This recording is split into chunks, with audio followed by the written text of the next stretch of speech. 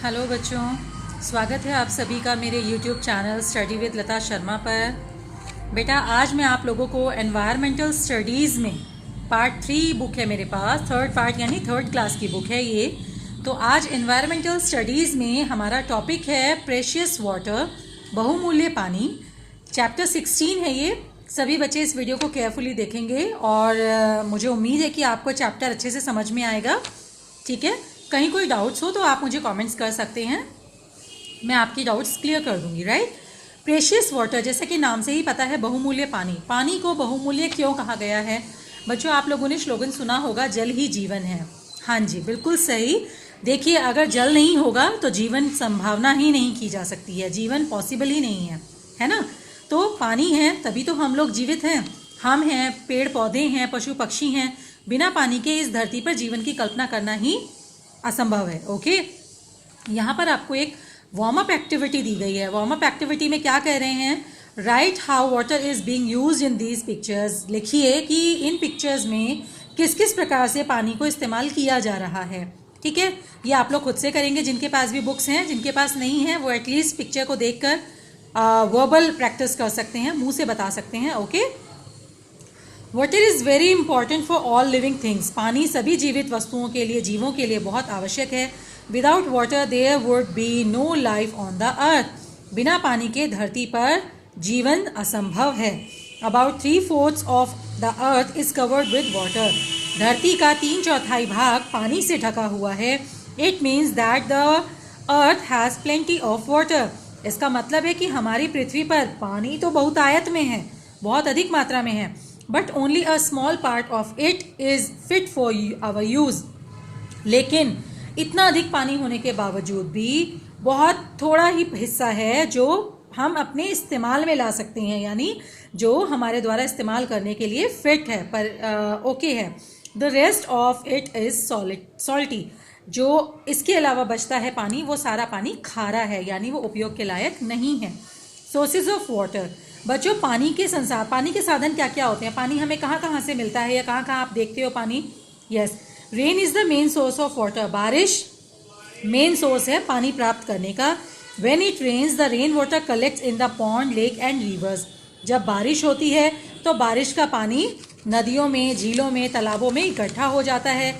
The river flows into the seas and ocean. और ये नदियाँ क्या होती हैं? ये सागर और महासागर में जाकर मिल जाती हैं। Some rain water goes into the ground. पानी का कुछ हिस्सा, जो बारिश का पानी होता है, वो आपने देखा होगा कि नदी झीलों के अलावा वो सड़क पे, गड्ढों में, जहाँ तहाँ इकट्ठा हो जाता है। तो ये पानी मिट्टी की कई परतों से होता हुआ, छनता हुआ नीचे अंडरग्राउंड हो जाता है ना। This is called underground water. ऐसे पानी को हम भूमिगत पानी कहते हैं, भूमिगत जल कहते हैं, यानी अंडरग्राउंड वाटर कहते हैं। We get this water either by digging wells or तो थ्रू हैंडपम्प्स। हम इस पानी को या तो कुएं खोदकर या फिर हैंडपंप द्वारा प्राप्त कर सकते हैं। The seas and oceans are big water bodies. समंदर जो होता है बच्चों, चाहे वो सागर हो या महासागर हो, वह बहुत बड़ा पानी का एक सोर्स है, आप कह सकते हैं, जिसमें पानी तो बहुत ज़्यादा है, लेकिन but their water is not fit for use as it is very salty. लेकिन वह हमारे इस्तेमाल के लिए ठीक नहीं है। क्यों? क्योंकि वह बहुत ही खारा होता है। यहाँ पर आपको सोर्सेज ऑफ वाटर की इमेजेस दिए गए हैं, उनके नाम दिए गए हैं, ये आप लोग ध्यान से देखेंगे। Rain, handpump, well, pond, lake and river. Okay, next यहाँ बता रहे हैं ड्रिंकिंग वाटर, पीने का पानी। Water in the rivers and lakes is not always clean. नदियों और तालाबों में जो पानी होता है वो हमेशा साफ नहीं होता। People wash clothes and bath in the river, bath in river water.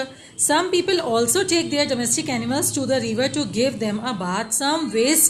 Sometimes wastes from factories are thrown into rivers. बच्चों नदियों के बारे में अगर हम बात करते हैं ना, तो नदियों की सच में बहुत ज़्यादा दुर्दशा होती है, और वो दुर्दशा करने वाला कोई और नहीं है, हम इंसान ही हैं। कैसे?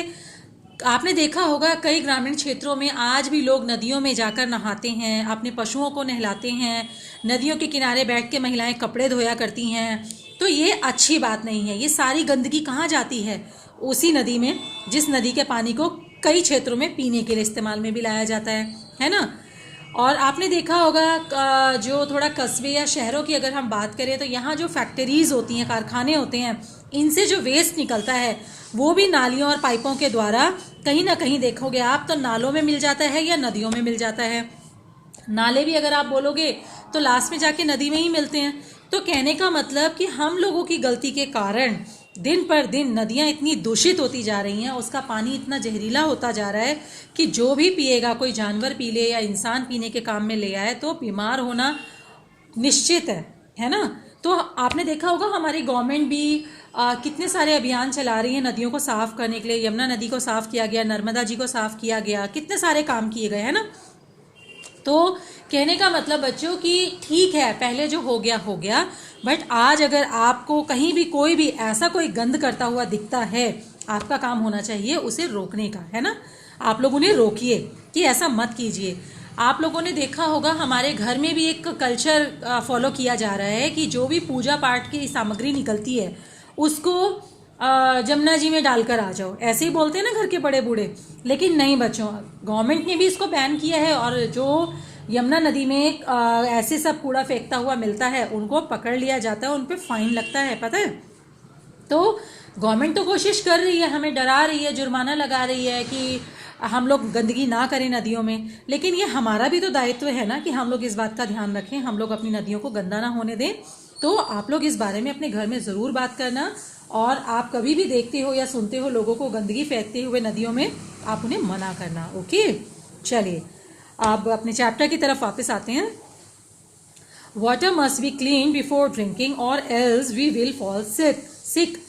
क्या होना चाहिए कि पीने का पानी हमेशा साफ करके ही पिया जाना चाहिए, नहीं तो क्या होगा, हम बीमार हो जाएंगे। Therefore, water from rivers in first clean and harmful things such as dust and germs are removed from it. इसीलिए क्या होता है, ये जो पानी होता है नदियों का, इसको वाटर पंप्स लगे होते हैं जगह जगह, जिनके द्वारा इन्हें साफ किया जाता है, प्योरीफाई किया जाता है। उसके बाद ये पानी हमारे इस्तेमाल के लिए it is then sent to our homes through pipelines and taps. Pipelines के द्वारा हमारे घर के नलों में ये पानी आता है ना। At home, water is boiled to kill the germs that may still be present in it. इतना मतलब प्योरिफिकेशन करने के बाद भी पानी में जर्म्स रह जाते हैं, बैक्टीरिया रह जाते हैं, जो कि घर पर पानी को उबाल कर हम लोग साफ करते हैं ताकि उसे पी सकें। या फिर शहरों में तो आजकल आपने देखा है वाटर फिल्टर्स और वाटर प्योरीफायर्स का यूज़ होता है टू क्लीन द वाटर, पानी को साफ करने के लिए, है ना। आप लोग में से भी कईयों के घर में आरओ लगे होंगे। How do you clean drinking water at your home. आप अपने घर में पीने का पानी कैसे साफ करते हैं। ऑब्वियसली बच्चों, या तो वाटर फिल्टर्स हम लोग यूज़ कर रहे हैं या आरओ लगा हुआ है, या काफ़ी घर ऐसे हैं जो आज भी इसी पुरानी टेक्निक को फॉलो कर रहे हैं कि वो पीने के पानी को उबाल के फिर स्टोर करते हैं, है ना। नेक्स्ट यहाँ आपको बता रहे हैं फॉर्म्स ऑफ वाटर, पानी की प्रकार। पानी भी बच्चों कई फॉर्म्स में हमें देखने को मिलता है। Water is found in 3 forms in nature. आमतौर पर आप देखेंगे तो सॉलिड, लिक्विड एंड गैस, ये 3 फॉर्म्स हैं वाटर की जो हमें देखने मिलती है। सॉलिड हम कहते हैं ठोस, जब हम पानी को फ्रीज़र में जमा देते हैं तो वो आइस क्यूब का रूप ले लेता है, वो होती है पानी की solid form. Okay, ice hard होती है ना, it has a definite shape, और आइस की एक डेफिनिट शेप होती है। सॉलिड चीज़ों की ये पहचान है कि उनका एक निश्चित आकार होता है, ठीक है। You can hold it in your hand, आप अपने हाथ में सॉलिड चीज़ों को पकड़ सकते हो। सेकेंड फॉर्म है liquid. Water in its natural form is liquid. Water जो कि उसकी प्राकृतिक अवस्था में मिलता है हमें, वो होती है लिक्विड फॉर्म। आपने देखा होगा बहता हुआ पानी, है ना। Water is commonly found in this form, it has no shape, it can flow. Liquid form में जो भी चीज़ें मिलती है ना, स्पेशली पानी की हम बात कर रहे हैं, बट लिक्विड फॉर्म में और भी कई चीज़ें होती हैं, जैसे तेल है, दूध है। तो वाटर की जो लिक्विड फॉर्म है ये हमेशा ये इसकी नेचुरल फॉर्म है, ये हमेशा बहता हुआ मिलेगा आपको, कभी भी ये किसी एक शेप में नहीं मिलेगा। जिस बर्तन में डालो उसी का आकार ये ले लेगा, है ना। तो लिक्विड की ये खासियत है कि उसकी अपनी कोई फिक्स शेप नहीं होती है, जिस शेप के बर्तन में आप रखेंगे ये उसी शेप में हो जाता है ना। थर्ड फॉर्म बताया है गैस। स्टीम और water vapour is the gaseous form of water.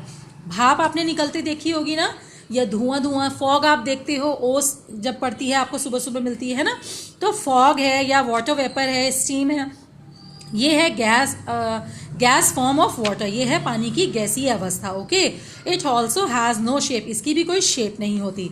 Water changes its form when we heat और कूल इट। पानी जो नेचुरल फॉर्म है वो है वाटर लिक्विड फॉर्म में, लेकिन अगर हम इसको जमा दें तो ये आइस फॉर्म सॉलिड फॉर्म में आ जाता है, और अगर हम इसको गर्म कर दें तो ये स्टीम फॉर्म यानी गैस फॉर्म में आ जाता है। ठीक है, ठंडा करने पे सॉलिड, गर्म करने पे liquid. Okay, the water cycle. Water cycle क्या होता है बच्चों?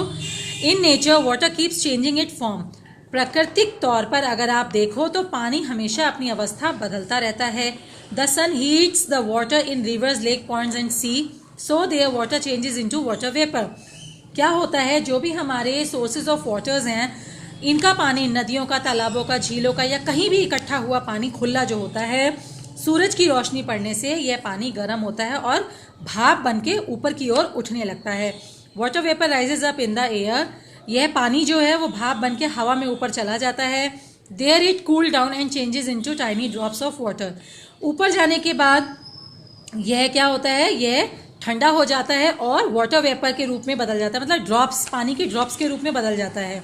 These drops of water join together to form cloud. यही पानी के ड्रॉप्स जब आपस में इकट्ठे होते हैं तो बादल का निर्माण होता है। When the clouds become heavy, और जब कभी भी बादल बहुत भारी हो जाएं, बहुत हैवी हो जाएं, तो क्या होगा? ऑब्वियस है कि वो फट पड़ेंगे और उनमें से पानी जो है वो धरती पे गिर जाएगा। The drop of water fall on the earth as rain. फिर क्या होता है, बारिश के रूप में यही बादल धरती पर पानी बनकर गिरते हैं। Rain water flows back into the rivers, lakes, ponds and sea. और बारिश का पानी धरती पे आके वापस पानी के साधनों में जाकर मिल जाता है, नदियों में, तालाबों में, नालों में, जहां भी, समंदर में, है ना। This water gets heated by the sun again. फिर सूरज की गर्मी से पानी भाप बनकर ऊपर जाता है, फिर बादल बनते हैं, फिर बादल भारी होने के बाद बारिश बन के गिरते हैं। तो इस प्रोसेस को thus it makes a cycle known as water cycle. तो ये जो पूरा ये साइकिल आपको दिखाया है कि नदियों का पानी क्या हुआ, भाप बन के ऊपर गया, पानी की बूंदें जब इकट्ठा हुई ऊपर तो बादल बन गई, जब बादल बहुत ज़्यादा भारी हुए तो बारिश बन के गिर गए, फिर वो पानी नदियों में, तालाबों में, समंदर में आ गया, फिर ऊपर गया। तो इस तरीके से पूरा एक ये जीवनचर्या पानी की चलती रहती है। Okay, this water cycle is a never ending process. और ये जो एक प्रोसेस है ना बच्चों, ये कभी भी खत्म नहीं होने वाला प्रोसेस है। ओके, नेक्स्ट यहाँ आपको बता रहे हैं सेव वाटर। देखिए, पानी के बारे में हमने इतना कुछ जाना तो आपको ये तो समझ में आ ही गया होगा कि पानी कितना कीमती है और कितना इम्पॉर्टेंट है हमारी लाइफ के लिए, है ना। तो पानी की बचत करना, पानी को बचाना भी बहुत आवश्यक है। Water is very precious, we should not waste it. हमें कभी पानी बर्बाद नहीं करना चाहिए। Some ways to save water are. देखिए, पानी बचाने के तो बहुत तरीके हैं, लेकिन यहाँ पर कुछ तरीके आपको बताए गए हैं, आपको इन्हें अपने डेली रूटीन में ज़रूर फॉलो करना है। ओके बच्चों, turn taps off when they are not in use. नलों को हमेशा बंद कर दे जब उनका इस्तेमाल नहीं किया जाता है ना। जैसे आपने कोई काम कर रहे हो, पानी खोला, लेकिन आफ्टर दैट आपको क्या करना चाहिए, नल को क्लोज कर देना चाहिए, बंद कर देना चाहिए, अदरवाइज वो पानी वेस्ट होता रहेगा। Do not waste water while bathing और ब्रशिंग। ब्रश करते समय भी कई लोगों की आदत होती है कि वॉश बेसिन का नल खुला छोड़ देते हैं, ऐसा नहीं करना चाहिए। नहाने के लिए भी कोशिश कीजिए बाल्टी और मग का इस्तेमाल करके नहाइए बजाय शावर के, क्योंकि शावर में पानी वेस्ट बहुत ज़्यादा होता है ना। Taps that drip should be repaired as soon as possible. घर में आए दिन आपने देखा होगा कि कई बार नल की क्या होते हैं, मतलब उसकी ग्रिप जो है वो लूज़ हो जाती है, तो क्या होता है, पानी टपकने लगता है। तो ऐसी चीज़ों को इग्नोर ना करें, उन्हें तुरंत रिपेयर कराएं प्लम्बर को बुला के, नहीं तो ये बूंद बूंद टपकता हुआ पानी ही ना बहुत ज़्यादा वेस्टेज ऑफ वाटर हो जाएगा, है ना। तो इस तरीके से बच्चों आपका ये चैप्टर फिनिश हो गया है। मुझे उम्मीद है आप सबको चैप्टर अच्छे से समझ में आया होगा। आप सब इस वीडियो को ध्यान से देखिएगा और इन्जॉय कीजिएगा। Thank you so much.